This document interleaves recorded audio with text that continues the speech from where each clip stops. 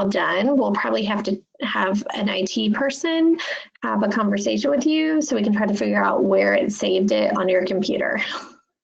Okay, and do I record just myself as the organizer or all participants? Because a lot of this is based on, I can actually choose, it says, there's like a little drop-down menu.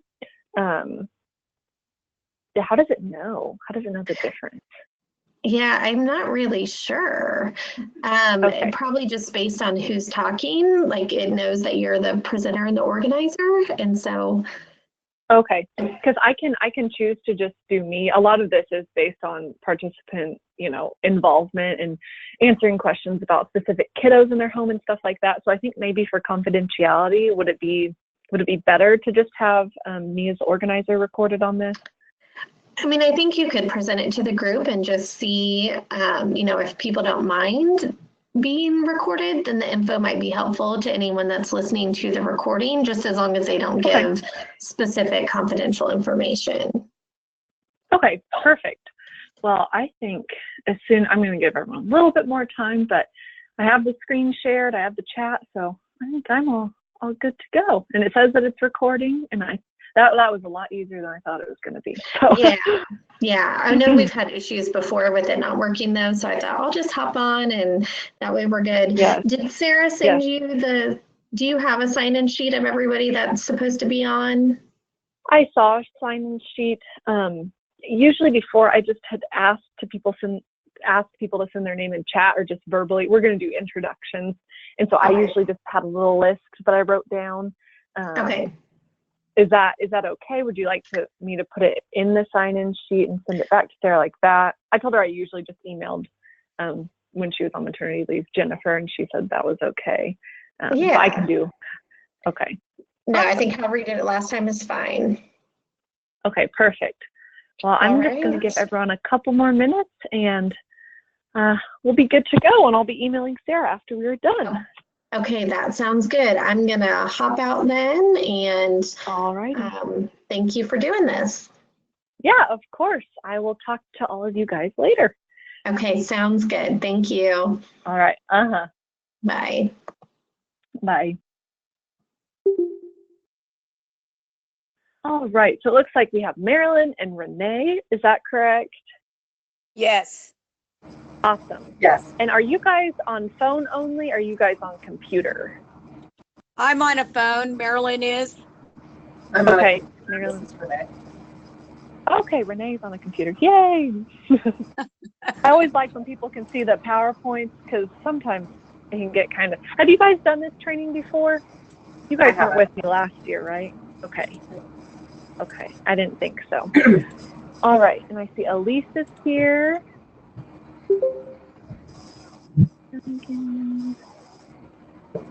Lori.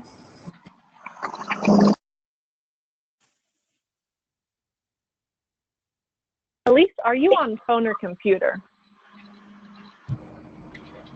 I don't know if you can hear me. It's on the computer. Okay, perfect. Computer. And then Lori, what about you?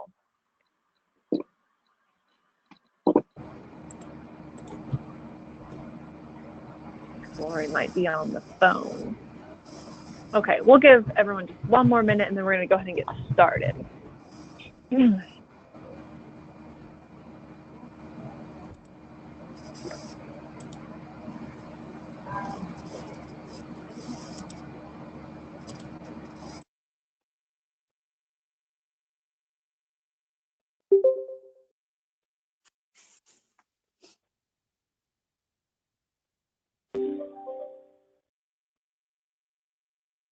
Okay, we are going to go ahead and get started over here. If you guys are on the computer, I hope that you can see my PowerPoint that I'm sharing. If not, let me know. I have Elise, Lori, Marilyn, and Renee is who I see is signed on. My name's Lindsay Northup. I used to be an intern with DECA through my graduate school program. And so I actually taught these trainings last fall and winter. So it's been just a little bit, but let's go ahead. Let me see if I can figure out how to work this on my personal computer. So we're going to talk about trauma-informed care. That's what all these trainings are about. And we're going to try to follow like the same kind of setup every week.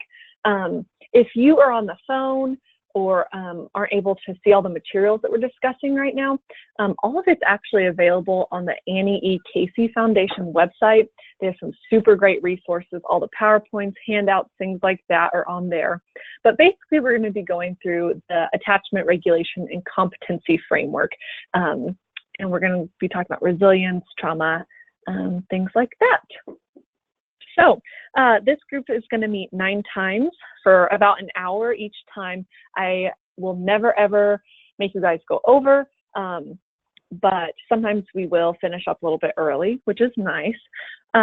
They recommend that you attend all sessions if possible. I know that you guys are all really busy, have responsibilities and children to take care of, but we do kind of build on information from previous sessions each week. So it might be helpful if you can tune in as often as possible. So generally, we're going to start things with a warm-up, kind of an opening activity.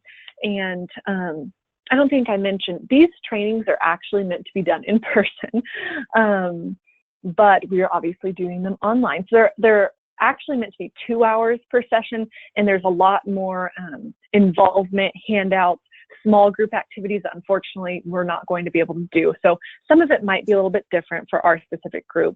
After the first week, we're going to review the previous week's content and kind of talk about anything that you've practiced through the quote unquote homework. The homework is not required, it's just suggested. We'll talk about the theme of the day. Today's theme is understanding trauma. We might do a little bit of self-reflection, do some practice activities, things like that. So before we get started, does anyone have any questions for me? Anyone? Also, I am recording this, if that's okay, so your responses might be recorded. They're hoping to have these recorded so they can just like send them to people and I don't have to get on each time and do them in person. But if that's okay with everyone, we'll go ahead and get started. Okay, so for our warm-up today, it's just going to be a little introductory icebreaker. I'm sure that you guys just love this stuff. So in one word, I want you to introduce just maybe your first name, the number of years you've been a foster parent, and then in one word or maybe a couple words, just describe what got you into foster parenting, why you do it. I will start. My name is Lindsay. Like I mentioned, I'm currently living in the Kansas City area. I am a graduate student at the University of Kansas, working towards my master's in social work. I do not have any children. I've never fostered any kiddos, but I have worked in crisis shelters and lots of different environments that do have foster kiddos in them. So that's just a little bit about me. And if you guys would please introduce yourselves as well. Hi, I'm Marilyn, and I've been doing foster care probably with DECA for probably about 9 years. I just enjoy working with children, and I used to be a preschool teacher for probably 17 plus years. And I live here in Ellenwood and just enjoy what I'm doing. Awesome. Thank you, Marilyn. Nice to meet you. I'm Renee. We have Renee. And I have been a foster parent for 2 years. And we have 3 bios of our own, and we just feel super blessed we're a blended family. We were already past our own biological kids, so we just had to take everybody else's. Thank you, Renee. Nice to meet you. And I think we have Lori and Elise. I'm Elise Dunnigan. I am not a foster parent, but I have 4 children from the age of 3 months to almost 13 years. And I've worked in child welfare for about 16 years and have also worked in various other nonprofits and also in public health for the state. So that's my background. And and I enjoy working with families and children in various capacities. Awesome. Thank you, Elise. And I think the last one we have on here might be Lori.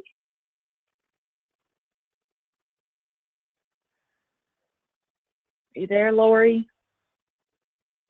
Oh, I guess I took you off mute. You could hear me. Hello. I'm away. Like, I'd introduced myself already. So my name's Lori. I currently have 2-year-old twin foster girls. They're actually our nieces that we're in the process of adopting. We've had them for a little over a year now, and hopefully adoption is within the next month or two. So fingers crossed. Awesome. So I live in the area. That's about it. Where I'm at. Awesome. Thank you guys. I appreciate it. Participation is always super appreciated in these groups. So thank you for introducing yourself. So you guys talked a little bit about your motivations, just loving kids, family motivations, having people in your family that needed help. And so our motivations for these kinds of things often kind of represent personal values. And the values that we have kind of link our experiences, our self-perception, relationships, things like that. And so this means that you guys as foster parents, being a foster parent is often really closely tied to your personal identity and your sense of self. Yeah, I think that's good. So some people might go into foster parenting for kind of externally directed motivations, helping kids, whatever. But over time, you might find that the rewards are kind of more internal, forming those relationships and those bonds with people, making connections, things like that. And so one of the challenges of caring for children and teens who've experienced trauma is that our core kind of self and our core values are both rewarded, but also, as you all know, challenged. So today, a lot of this is probably going to be kind of, you guys all sound very experienced. So a lot of this today is probably going to be kind of a review for you. So I apologize. Do bear with me. So why are we here? This group is designed for foster resource parents, kin caregivers, things like that. It's intended not only as like a support forum, but also to provide some information about the ways that trauma can affect children and teens, specifically in your homes. And the intent is to support you guys in building a skill set that's going to benefit not only you, but the children that are in your care. The group's going to feature a lot of teaching content for me. You're probably going to hear my voice a lot. We might get to do some activities, like I said. This is online and it's meant to be in person, so maybe not as many. Discussion, and then like the optional take home homework practice if you feel inclined type of thing. And we really do encourage you to participate, but some people, they're more just lay back and listen. That's totally great too. Either way, no big deal. You guys will all be getting 1-hour credits for attending the training, so it's all good either way. And so we're going to start talking about how experiences have affected children and teens in your home. Then we're going to move on and talk about your own experiences as a foster or resource parent or kin caregiver. And then we're going to talk about specific skill sets, how to read and respond to children's behaviors, how to help them learn skills for managing emotions and behavior, and how to support a positive identity development. That's kind of what we're going to talk about today. Some stuff that we talk about might bring up big thoughts, big feelings. And so just as long as we're respectful, non-judgmental of each other, maintain confidentiality, things like that. And of course, you guys all know that, but I have to say it. So today's theme of the day is understanding trauma, like I said. So when you guys think about trauma, what kind of experiences do you think of?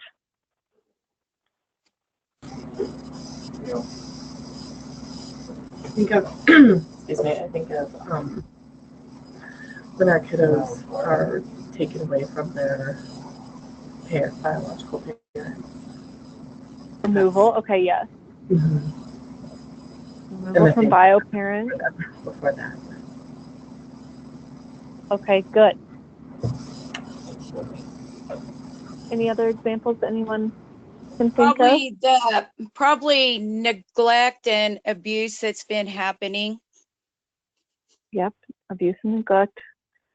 Of course. Sometimes we think just the things that they see. Not necessarily okay, witnessing events. I think of it as just a significant negative memory or negative experience, because it could be that could encompass so many things that could create trauma.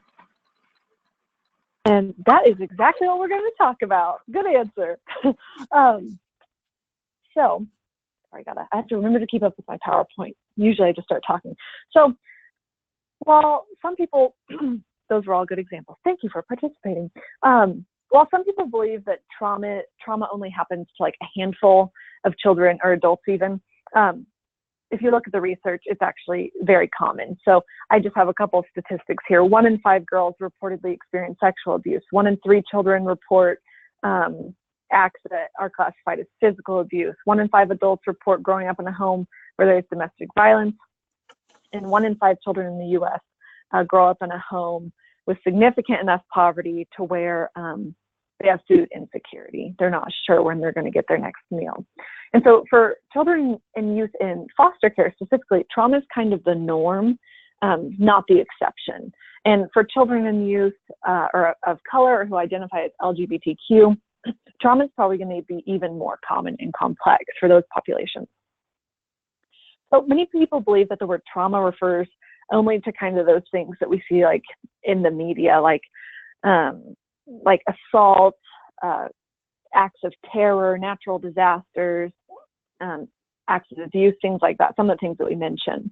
But we're kind of learning more and more that there are a lot of stressful childhood experiences that can really be challenging for children and teens. I don't know if you guys have ever heard of the ACEs, the Adverse Childhood Experiences Study.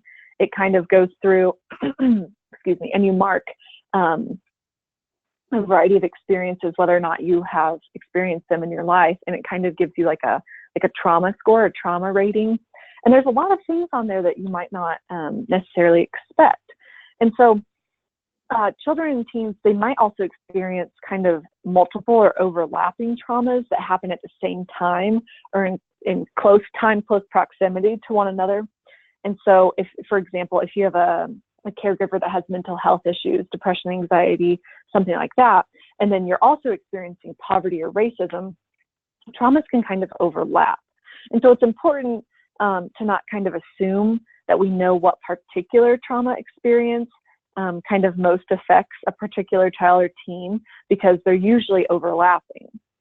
So if you guys think about the children or teens who are in your home, who have been through your home, what kind of experiences may have most significantly affected their lives? They may or may not be classically defined as trauma, but any examples that you guys want to share of that?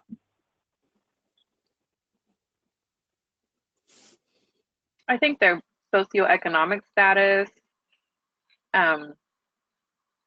family culture, and family support.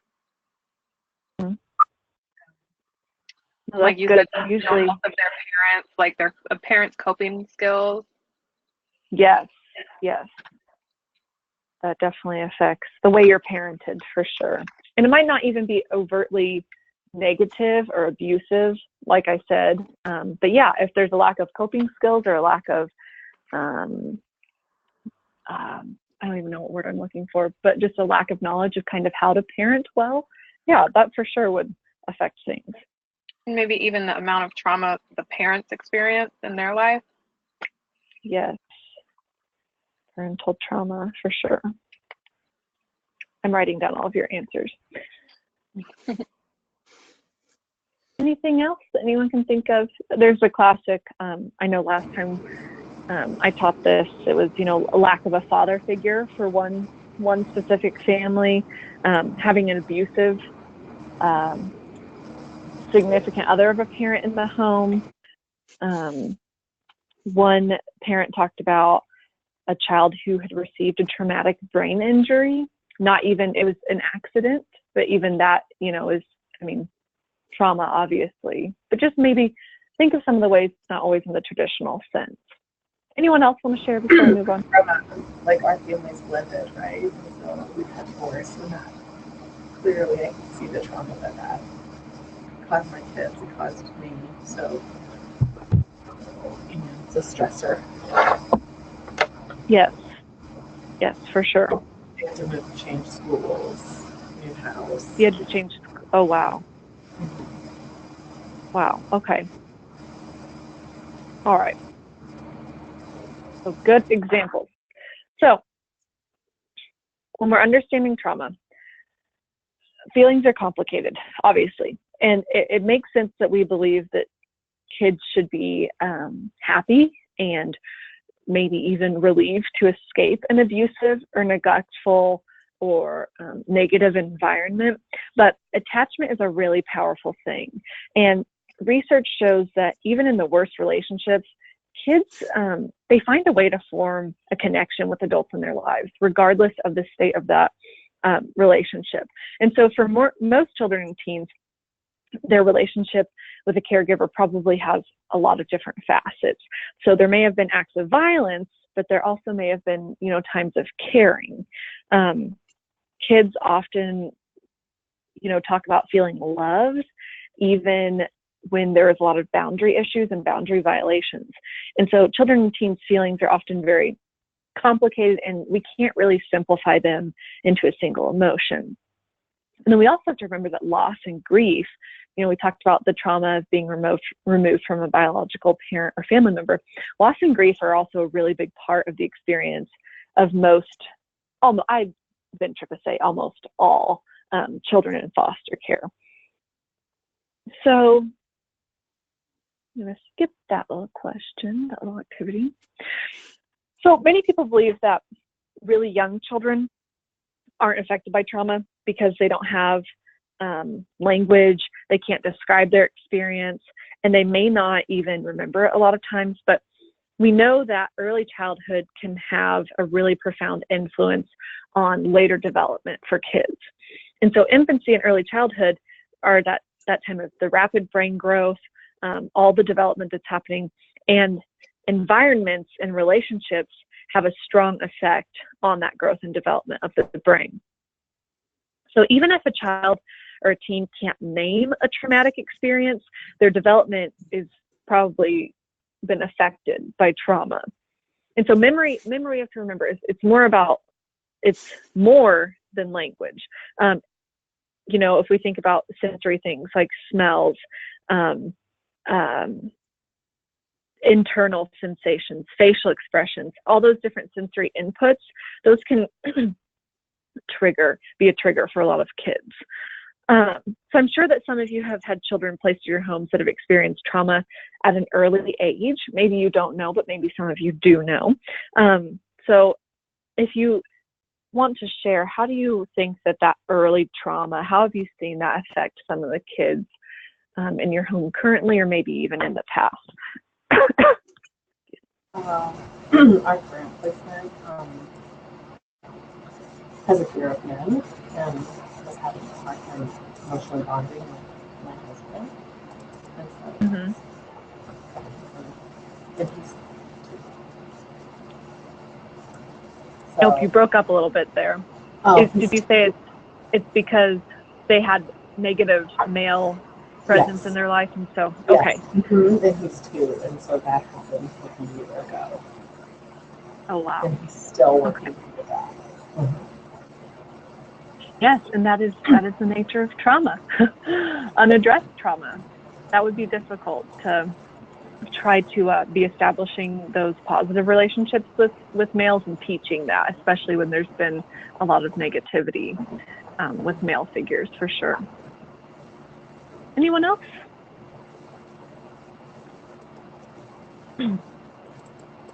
No, we can move right on then. Thank you for sharing. So continuing to go through the different aspects of trauma, for a lot of caregivers, it can be really hard to understand how to, sorry, I don't know why this isn't working. Can you guys still hear me?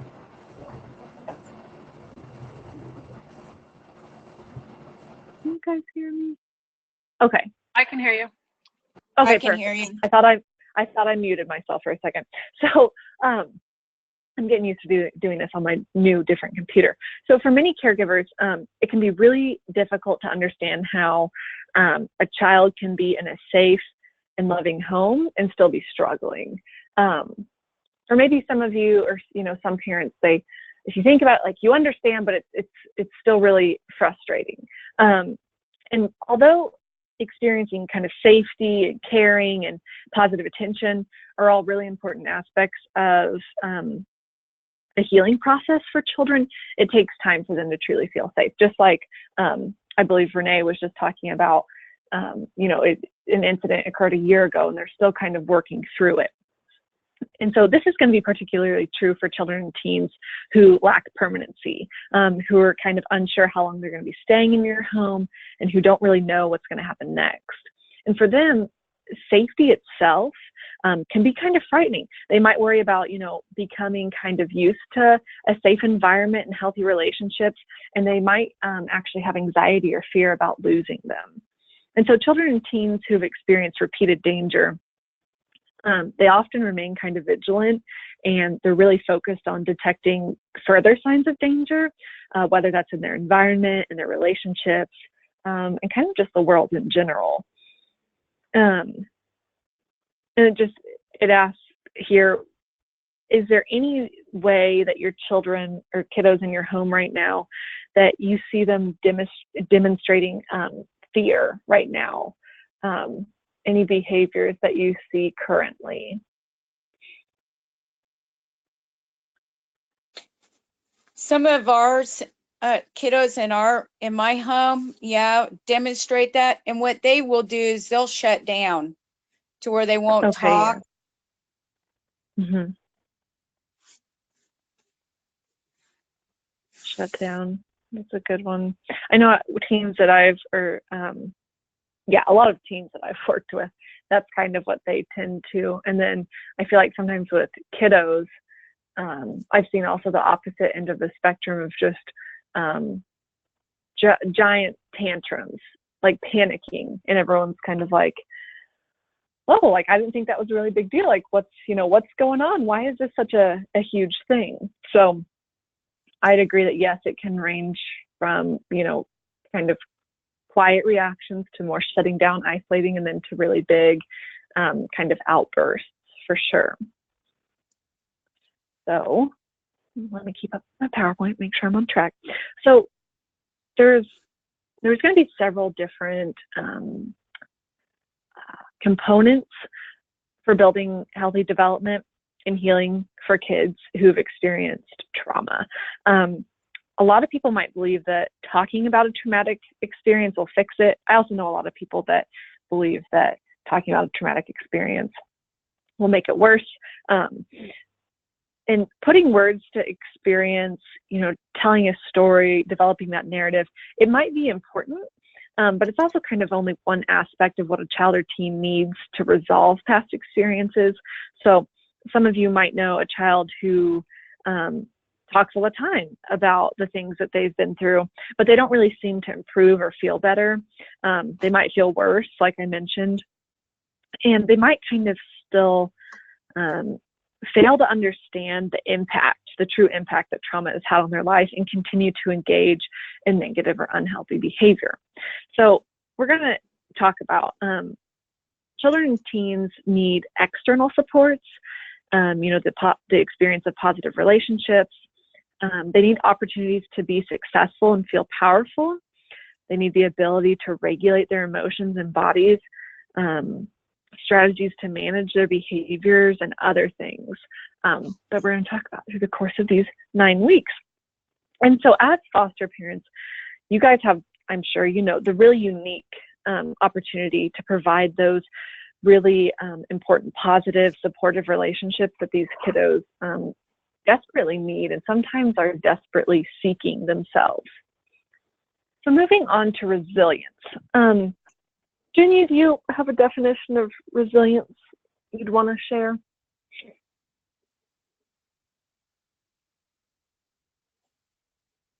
No?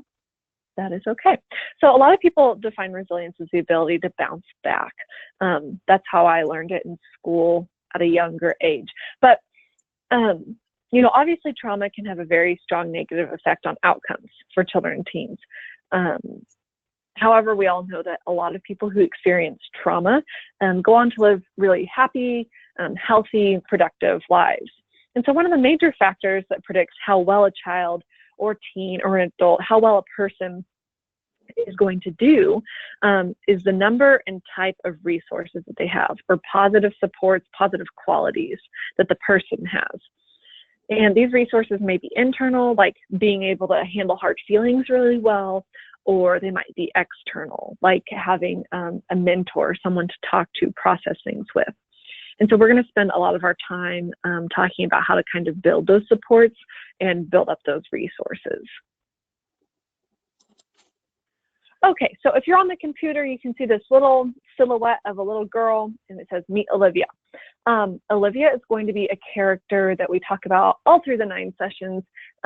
She's kind of an illustration that these trainings like to use, and we're going to kind of walk through life with her. So I'm going to read to you a little bit about Olivia.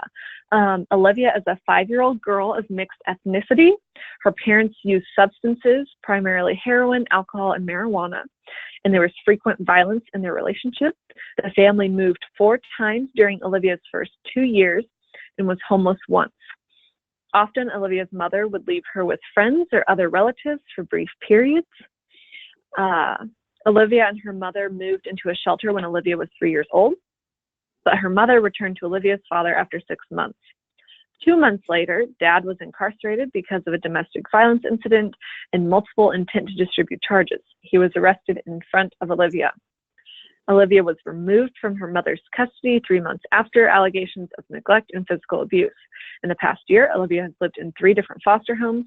She was just placed in her current home. Olivia's mother has been unable to comply with service plans requiring treatment of her diagnosed bipolar disorder and substance abuse. So that's a lot of information, but based off of that just little blurb that we just heard, what would you guys consider to be the traumatic aspects of Olivia's experience? There was a lot. So what stood out to you as being traumatic for Olivia? Probably being like the instability. Instability, yes. Because even if she's in a home that's chaotic, that's her chaos. She needs that. She's comfortable with that. Yes. Yes, the chaos for sure. I mean, we could talk about, she witnessed her dad being arrested in front of her, domestic violence, the drug use, they experienced homelessness at one point, multiple homes. So there's a lot of contributing factors for Olivia. So kind of keeping that in our head, moving on to the common elements of trauma. So trauma activates the part of our brain that's responsible for survival.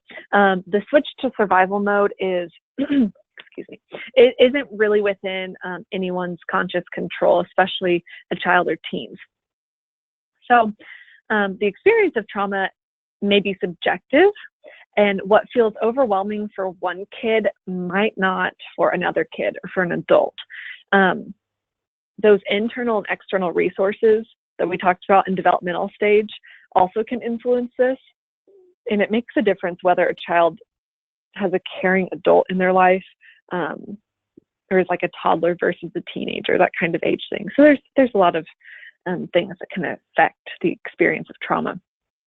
Because a child or teen has no control over the traumatic experiences, over time they might kind of exhibit this learned helplessness or a really profound vulnerability. As we know, strong feelings are a part of the traumatic experience. Fear, rage, shame, betrayal, guilt, submission, any range of those things.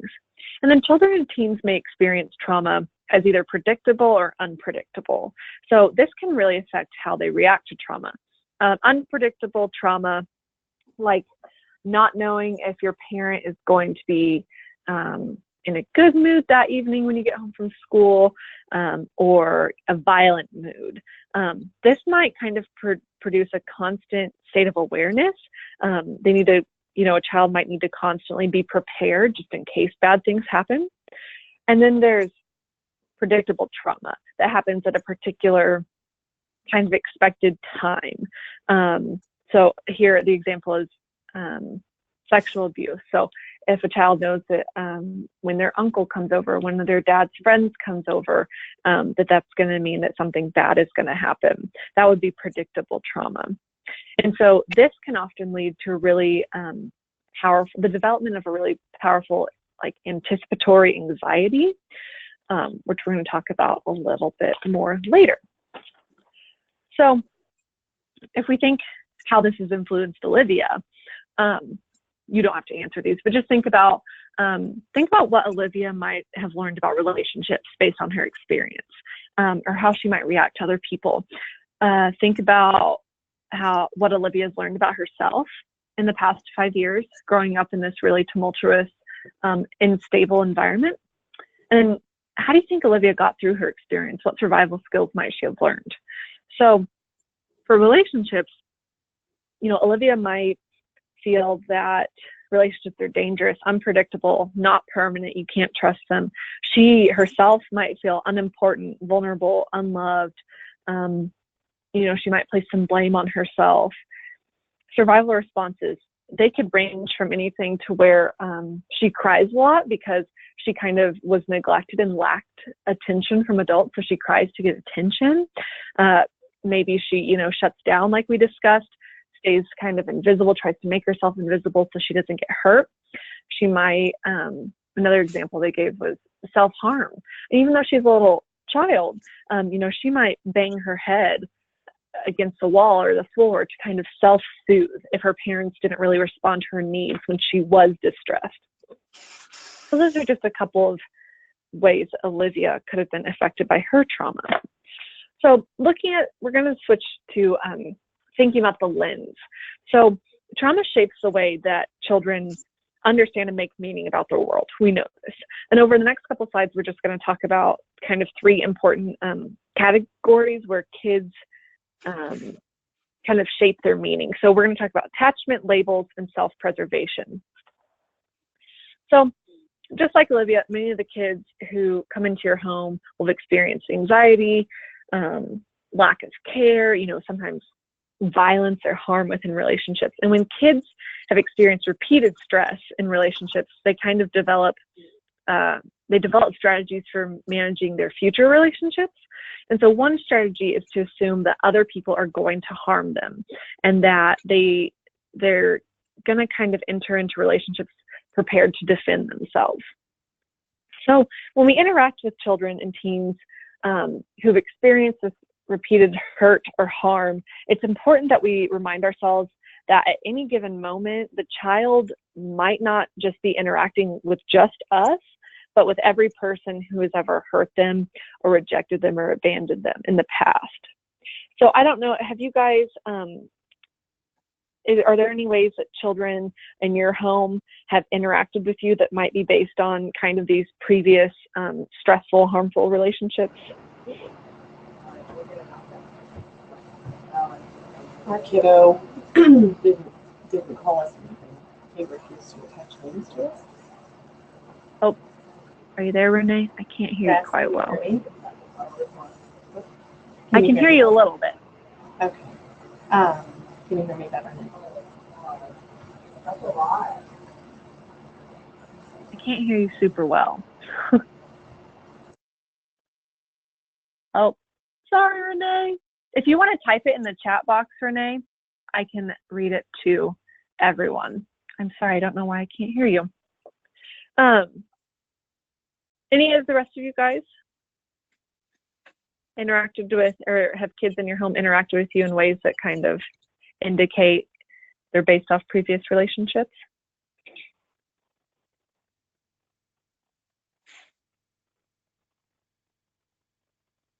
That is okay. Renee, if you want to, oh, okay. So Renee was saying that the kiddo wouldn't name them, so he wouldn't attach himself by calling Renee, and I'm assuming her husband, by their names. Very interesting.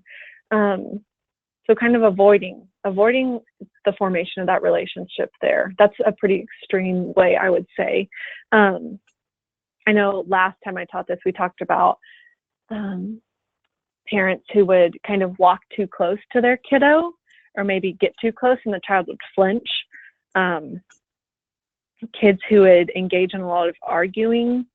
I talked about the flinching, the ducking, walking away, not, just not caring to form a relationship, not caring to process things out, kind of feelings of, you know what, I'm not going to be listened to or cared for anyway, so I'm just going to walk away, isolate. Excuse me. So that was attachment in relationships. So now we're going to look at labels. So kids and teens develop a sense of self based on their early experiences, like we talked about, including all of their successes and failures, and then the labels that others use about them, and kind of their ability to influence or like change the world around them. So if you look here, if you're on your computer, here's a bunch of labels. The cutter, impulsive, the liar, foster kid, hoarder, manipulative, stupid, things like that. So most of the kids who come into your home will have been through lots of layers of negative experiences and will have heard and been given these types of labels. And over time, these labels might kind of become the filter through which like they see themselves. They might start to internalize these different labels. A lot of kids that I've worked with before had been labeled as manipulative. That was a big one. And just been given that title through many years of their lives. And so they kind of started to just assume like, okay, well, I've always been told this, I must be manipulative. I must be this way. And then self-preservation. So we're going to talk about ways that our brain processes information. And the next couple slides, if you cannot see them, it might be a little bit confusing just to listen to over the phone. So I apologize for that. But like I said, the PowerPoints are available on the Annie E. Casey Foundation. So I'm going to try to explain them very clearly. But if you're a visual learner, it might be hard. So we're going to talk about the way our brains process information, how we experience danger, and this, what we're calling the information highway. So we realize that every experience is subjective and that each of us has different views of what is and is not dangerous. So this slide here, if you can see it, it shows that our brain, under typical conditions, in a new situation, generally, we're going to observe, we're going to take in information, we'll make meaning of that information, and then we'll choose a response based off of that information that we've received. So most kids, for example, when they hear a loud noise, they're probably going to stop for a second. They're going to try to figure out what made that loud noise. And then if it wasn't something dangerous or scary, they're probably going to just go about their business. Now, if you look at the express road, which is on this slide, so when we face danger, our brains obviously are going to operate just a little bit differently. So when faced with danger, our brains make the best judgments that they can really quickly based on just our senses. So what do we hear? What do we see? What do we taste? What do we feel? What do we smell? And we're also going to react based on what we've learned about over time, kind of as signals of danger, so triggers. So once the situation is perceived as dangerous, the brain helps us survive by skipping some of those responses and speeding up others. So instead of being on the main road, your brain puts you on the express road. So we're going to observe and interpret, and then instead of processing and then evaluating our options and planning, we're going to, oh no. PowerPoint. So we're going to observe and interpret, and then we're just going to react. We're not going to go through all the normal stages of planning our response. So on this slide, it's saying that with repeated stress, the alarm system express road kind of becomes the main road. We don't really function off the main road anymore. We just live on the express road constantly in this kind of heightened state of anxiety and awareness. So even though the express road is activated by danger, like we said, what each person perceives as dangerous is very different. Kids who have been exposed to long-lasting, repeated negative experiences, they might perceive a lot of different things as potentially dangerous or kind of negative, even things that don't seem dangerous or negative to us. These experiences, you know, whether it's a situation, a certain look, a feeling in their bodies, these experiences can potentially put them on the express road. So how does this link to the behaviors that you guys are seeing in your homes? If you think about it, all of us kind of get better at the things that we do over time, whether that's, you know, usually repetitive actions like driving. I'm sure a lot of you are really great at changing diapers, typing, things like that. And these things typically take focus and conscious effort when we first start doing them and learning them, but then they kind of become more automatic over time. And so if we do these actions enough, we probably don't have to think about them at all, really.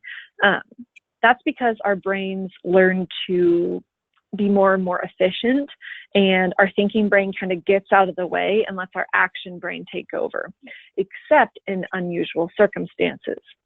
So when children or teens experience danger over and over and over, the same thing can happen, except the behavior that's getting efficient is that survival behavior.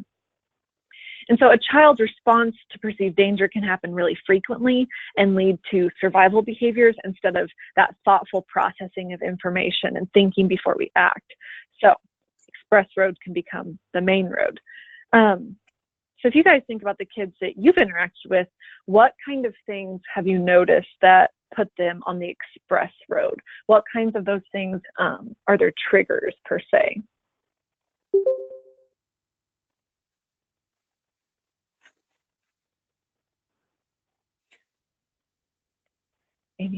Anyone? The way somebody talks to him, or maybe the tone of how somebody might talk to somebody else. Okay, tone. Well, when you say how you talk to them, is that just like giving directions, or is that? It's kind of like we had a kiddo that if somebody talked to him kind of rude or really loud, that would send up a red flag. Okay. It's just the way they were talked to. They didn't like that, and that would cause some behaviors to start. Okay, that would make sense. I know, hold on, I'm sharing the screen again for Renee. Share. Renee got kicked off. Renee, let me know if you can see that again. I know that last session I taught this because, you know, I think of triggers kind of like you were discussing, Marilyn, you know, the tone of voice, maybe like sudden movements, things like that.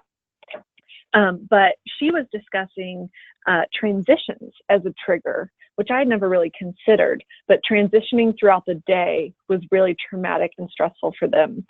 So I thought that was interesting. Anything else anyone wants to share before we move on? No? Okay. So thinking back to Olivia, what happens, you don't have to answer these, but let's think about what happens when you expect people to be dangerous or untrustworthy or unavailable. What happens when you believe that you're unworthy of care? What happens when you expect the world to be dangerous and you view even those safe environments as kind of scary? And what happens when you have a limited capacity to cope with any of the things that you have dealt with and that you believe that you don't have anyone to turn to? So just be thinking of those things. So that I'm going to wrap up. We got done a little bit early today. Sorry if I felt rushed, but what we discussed today, many different things may be experienced as traumatic for different people. Trauma can profoundly influence child development, as we know. Trauma shapes the child or teen's lens for self, for relationships, and for danger. Remember that lens. We're going to be talking about that a lot in the next coming weeks. And then trauma responses are designed to help the child or teen protect him or herself and survive. So, self-reflection. You guys don't have to record this in any way. It's just for your own benefit if you feel like it. But they recommend that you think about maybe like 2 or 3 influential people, experiences, or environments that kind of from your childhood, if possible, that have influenced you in some way and that have kind of shaped you into the person that you are today. Think about how some of these influential factors affect how you think or act in relationships, how you perceive yourself, things like that. So just applying it to yourself if you choose. And then we are done. So that was our first session on understanding trauma. We're going to meet again on Monday, May 13th at noon. If you did not get to introduce yourself, I think, Angela, you might be the only one. Please make sure that I have your name so I can email and you can get credit. And please make sure that, I think you guys all got an evaluation form that Sarah Eck emailed to you. Make sure to fill that out so you can get the credit for participating today. And I appreciate all of your participation, and I will hopefully see you next week. Thank you so much. Thank you. Thank you. Oh, thanks. Uh-huh.